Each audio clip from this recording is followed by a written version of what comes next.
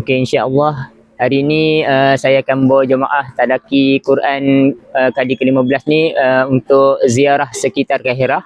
Hari ini destinasi kita insya-Allah ke piramid dan juga Masjid Amru Al-As. Yang Masjid Amru Al-As ni yang dikatakan adalah masjid yang tertua di benua Afrika, insya-Allah.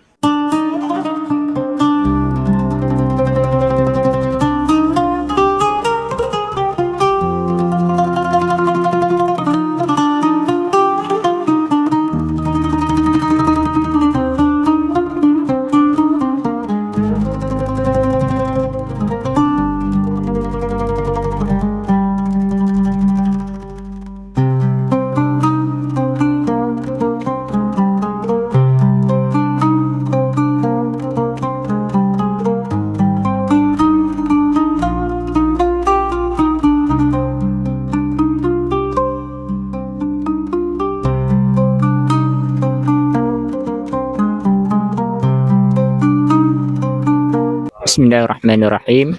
Alhamdulillah, kami dah sampai ke kawasan piramid untuk program ziarah hari ini. Hari terakhir berada di Mesir untuk trip kali ke-15.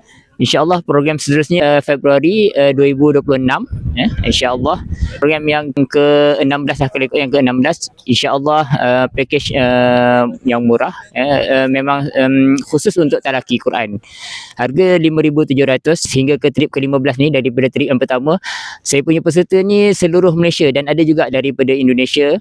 Jadi apa yang akan saya sediakan ialah tiket penerbangan kelas ekonomi pergi dan balik, kemudian hotel sebilik berdua, makan 3 kali sehari, kemudian termasuk juga yuran talaki dan juga insurans. Yang paling penting sekali ada insurans.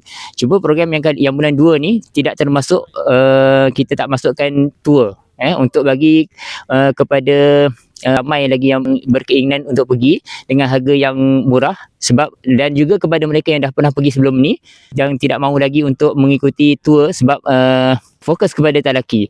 Dan insya-Allah akan datang program yang sama, yang panjang, yang lebih harga yang lebih tinggi sedikit, untuk yang itu termasuk dengan tour sekali, insya-Allah. Jadi sekarang saya berada di Masjid Amru Al-As.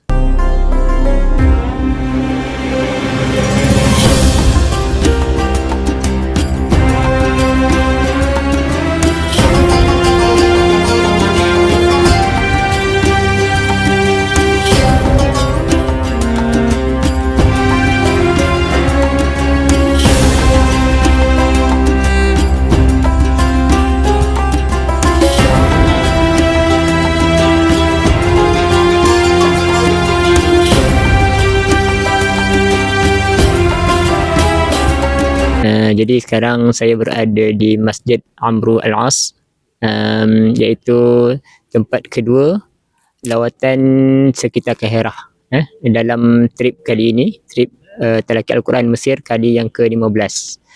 InsyaAllah trip seterusnya bulan 2 2026. Masih lagi dalam musim sejuk, masa yang baik untuk kita datang bertalaki Quran, masih lagi dalam musim yang sejuk. Begitu juga dengan trip yang seterusnya, insyaAllah Disember 2026, juga dalam musim sejuk, insyaAllah. Untuk pengetahuan tuan-tuan dan puan-puan, Masjid Amru Al-As ni dikatakan adalah masjid yang pertama dibina di bumi Mesir dan juga di benua Afrika. Package talaki yang saya sediakan adalah lebih kepada pendedahan tentang kepentingan kepada setiap kepada kita untuk bertalaki Al-Quran secara musyafahah bersama dengan masyayikh di bumi Mesir. Selain kita juga sambil kita bertalaki Quran, kita juga dapat melawat ke tempat-tempat bersejarah yang banyak di bumi Mesir, ke masjid-masjid dan juga makam-makam para nabi dan juga para awliya, dan juga tempat-tempat bersejarah seperti piramid, kubur Salihuddin Al-Ayyubi, ataupun di Fayum contohnya ada Tasik Qarun, di Sinai dan sebagainya, insya-Allah.